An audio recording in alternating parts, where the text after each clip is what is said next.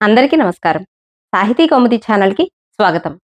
ఈరోజు మనం వీడియోలో చెప్పుకునే పద్యం కరుణశ్రీ గారు అందించిన పద్యం.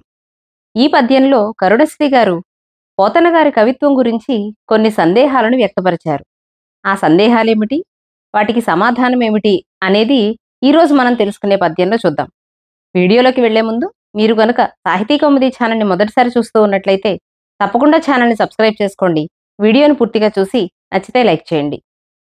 పద్యం ఏమిటంటే, భీష్మునిపైకి కుప్పించి లంఘించు గోపాలకృష్ణుని కుండలాల కాంతి కరిరాజు మొరపెట్ట పరువెత్తు కరివేల్పు ముడి వీడి మూపుపై పడిన జుట్టు సమరమ్ము గావించు సత్య కన్నుల నుండి వెడలు ప్రేమ క్రోధ వీక్షణములు కొసరి చల్దులు మెక్కు గొల్ల పిల్లల వ్రేళ్ల సందు మాగాయి పచ్చడి పసందు ఎటుల కనుగొంటివయ్య నీకెవరు చెప్పిరయ్య ఏ రాత్రి కలగంటివయ్య రంగు కుంచెతో దిద్ది తీర్చి చిత్రించినావు సహజ పాండితికిది నిదర్శనమటయ్యా. ఇది పద్యం. ఈ పద్యంలో కరుణశ్రీ గారు పోతన గారు కవిత్వాన్ని అంత అద్భుతంగా ఎలా వ్రాయగలిగారు, అంత మాధుర్యం ఎక్కడి నుంచి వచ్చింది, ఒక సన్నివేశాన్ని కళ్లకు కట్టినట్లుగా చూపించగలిగే నైపుణ్యం ఆయనకి ఎలా చేకూరింది అని కొన్ని సందేహాలను వ్యక్తపరిచారు. ఏమిటా సందేహాలు? ఎటుల కనుగొంటివయ్యా, ఎలా తెలుసుకున్నావు కవిత్వాన్ని ఇలా వ్రాయాలి, ఇలా వ్రాస్తే ఇంత మాధుర్యంగా ఉంటుంది, ఇలా వ్రాస్తే కళ్లకు కట్టినట్లుగా చిత్రాన్ని మనం చిత్రీకరించవచ్చు అని ఎలా కనుగొన్నావు? నీకెవరు చెప్పిరయ్యా, లేదా నీకెవరైనా చెప్పారా, లేదా ఏ రాత్రి కలగంటివయ్యా, ఏ రాత్రిపూట కలలోనో ఇలాంటి విషయాలను తెలుసుకున్నావా, కలగాని వచ్చిందా ఇలా వ్రాయాలి అని ఆయన సందేహాలను వ్యక్తపరుస్తున్నారు కరుణశ్రీ గారు. ఈ సందేహాలకి బలం చేకూర్చేలాగా కొన్ని సన్నివేశాలను కూడా ఉటంకిస్తున్నారు, ఉదహరిస్తున్నారు. ఏమిటా సన్నివేశాలు? భాగవతంలో కొన్ని సన్నివేశాలను ఇక్కడ ఉదాహరణగా తీసుకున్నారు. మొదటిగా తీసుకున్న సన్నివేశం, భీష్మునిపైకి కుప్పించి లంఘించు గోపాలకృష్ణుని కుండలాల కాంతి. భాగవతంలో అంపశయ్య మీద ఉన్న భీష్మాచార్యుల వారు శ్రీకృష్ణ పరమాత్మను చూసి చేసినటువంటి స్తుతి ఇది చాలా ప్రసిద్ధి చెందిన పద్యం. కుప్పించి ఎగసిన కుండలంబుల కాంతి గగన భాగంబెల్ల కప్పికొనగా అని ఇలా మొదలవుతుంది ఆ పద్యం. ఈ పద్యంలో భీష్మాచార్యుల వారు కృష్ణ పరమాత్మను ఎలా స్తుతి చేస్తున్నారు అంటే, అటువంటి కృష్ణుడు నాకు దిక్కు. ఎటువంటి కృష్ణుడట? ఏ కృష్ణుడైతే మహాభారత యుద్ధంలో భీష్మాచార్యుల వారి అద్భుతమైన వీర పరాక్రమాలను చూసి, పాండవ సైన్యము అర్జునుడు అల్లల్లాడిపోవడం చూసి కోపగించి ఈ భీష్మాచార్యుల వారిని నేను సంహరిస్తాను అని చక్రాన్ని ధరించి కుప్పించి ఎగసి నా మీదకు వచ్చారో అలాంటి శ్రీకృష్ణ పరమాత్మ నాకు దిక్కు అని అంపశయ్య మీద ఉన్న భీష్మాచార్యుల వారు చేసినటువంటి స్తుతి ఇది. ఇందులో కుప్పించి ఎగసిన కుండలంబుల కాంతి గగన భాగంబెల్ల కప్పికొనగా, అలా భీష్మాచార్యుల వారి మీదకి వస్తూ ఉన్న శ్రీకృష్ణ పరమాత్మ యొక్క కుండలముల కాంతి ఆ క్షణంలో మొత్తం ఆకాశాన్నంతా కప్పివేసింది అని పోతనామాత్యుల వారు చూపించినటువంటి దృశ్యం. అలా భీష్ముని మీదకి వస్తూ ఉన్న ఆ శ్రీకృష్ణ పరమాత్మ యొక్క కుండలాల కాంతి నీకెలా కనిపించిందయ్యా? ఎటుల కనుగొంటివయ్యా, ఎలా తెలుసుకున్నావు? నీకెవరు చెప్పిరయ్యా, ఏ రాత్రి కలగంటివయ్యా అని సందేహం వెలుగుచుతున్నారు. అలాగే మరొక సన్నివేశాన్ని ఉదాహరణగా చూపిస్తున్నారు. ఇది గజేంద్ర మోక్షంలోని సన్నివేశం. ఏమిటా సన్నివేశం? కరిరాజు మొరపెట్ట పరువెత్తు కరివేల్పు ముడి వీడి మూపుపై పడిన జుట్టు.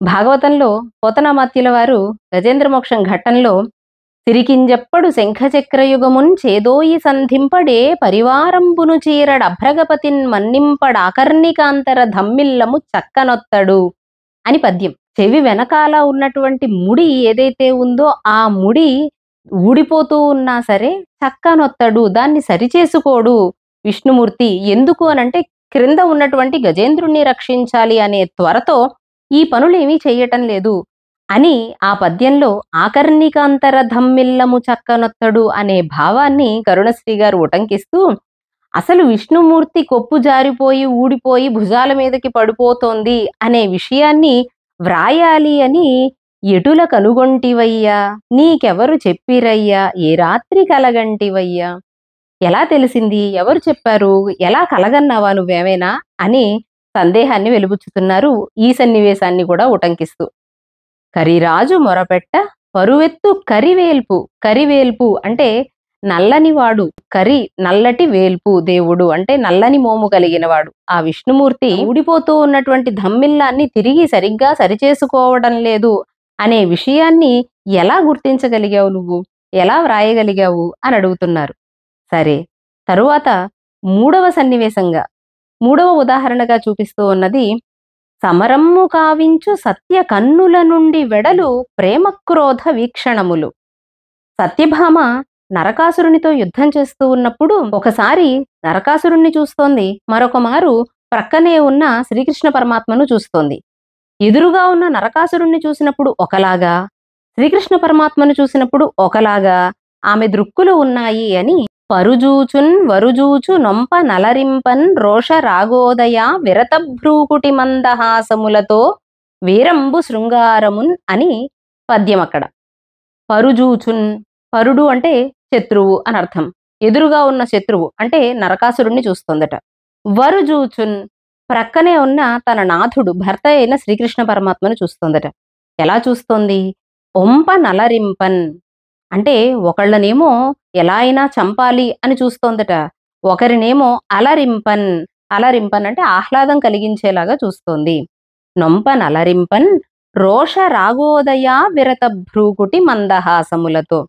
రోష రాగోదయ, ఒకరిని చూస్తే కోపం వస్తోంది అంటే ఎదురుగా ఉన్న నరకాసురుణ్ణి చూస్తే క్రోధంతో చూస్తోంది, ప్రక్కనే ఉన్న కృష్ణ పరమాత్మను రాగము అంటే ప్రేమతో చూస్తోంది.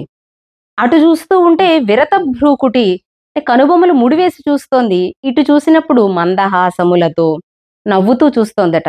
ఇలా సత్యభామ అలా చూసింది అనే విషయం, ఆమె దృక్కులలో ఆ కన్నుల నుండి వెడలు ప్రేమ క్రోధ వీక్షణములు, ప్రేమ అలాగే కోపము, ఈ రెండు కలిసినటువంటి దృక్కులు, వీటిని గురించి వ్రాయాలి అని ఎటుల కనుగొంటివయ్యా, నీకెవరు చెప్పిరయ్యా, ఏ రాత్రి కలగంటివయ్యా, ఇలా వ్రాయాలి అని ఎలా తెలిసింది నీకు, ఎవరు చెప్పారు, ఎలా కలగన్నావా ఏమిటి అని మరొక మారు సందేహాన్ని వ్యక్తపరిచారు ఈ సన్నివేశాన్ని కూడా ఉటంకిస్తూ.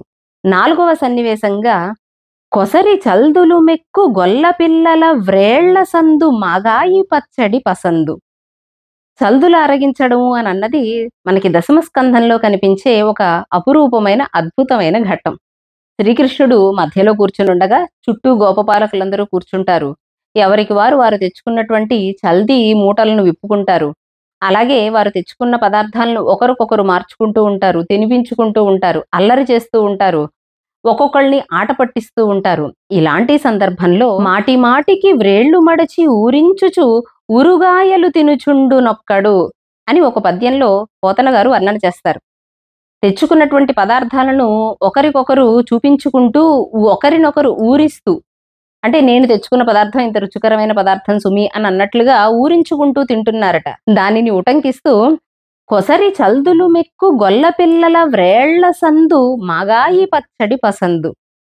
కొసరి కొసరి చల్దులు తింటూ ఉన్న ఆ గోపబాలకుల యొక్క వ్రేళ్ల మధ్యలో ఉన్న ఆ మాగాయి పచ్చడి ఎటుల కనుగొంటివయ్యా, ఆ మాగాయి పచ్చడి యొక్క రుచి ఎలా తెలిసింది నీకు, దానిని వర్ణించాలని ఎలా అనిపించింది, ఎటుల కనుగొంటివయ్యా, నీకెవరు చెప్పిరయ్యా, ఏ రాత్రి కలగంటివయ్యా, ఇలాంటి విషయాలను కళ్లకు కట్టినట్లుగా వ్రాయడం ఎలా తెలిసిందయ్యా అని అడుగుతున్నారు అని అంటూ దానికి సమాధానం కూడా కరుణశ్రీ గారు చివరి పాదంలో చెప్పారు. ఏం చెప్పారు అనంటే, రంగు కుంచెతో దిద్ది తీర్చి చిత్రించినావు సహజ పాండితికిది నిదర్శనమటయ్యా.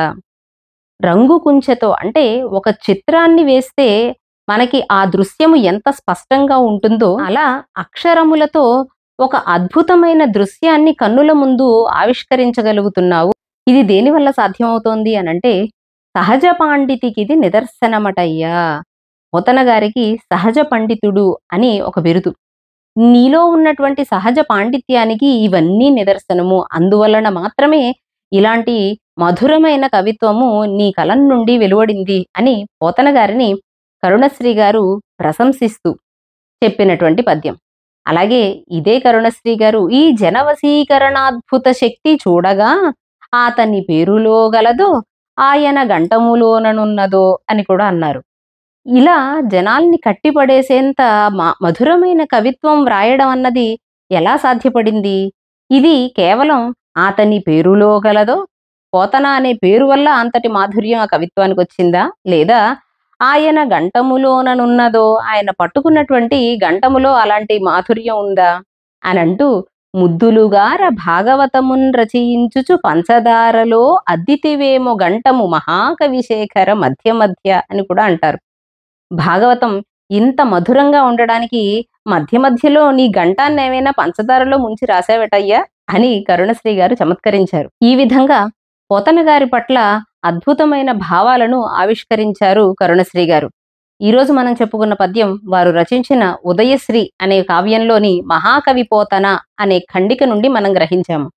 పద్యం గనక మీకు నచ్చితే తప్పకుండా వీడియోని లైక్ చేయండి. సాహితీ కౌముది ఛానల్ని సబ్స్క్రైబ్ చేసుకోండి. మరిన్ని సాహిత్యాంశాలతో మీ ముందుకు రావడానికి ప్రోత్సాహాన్ని అందించండి.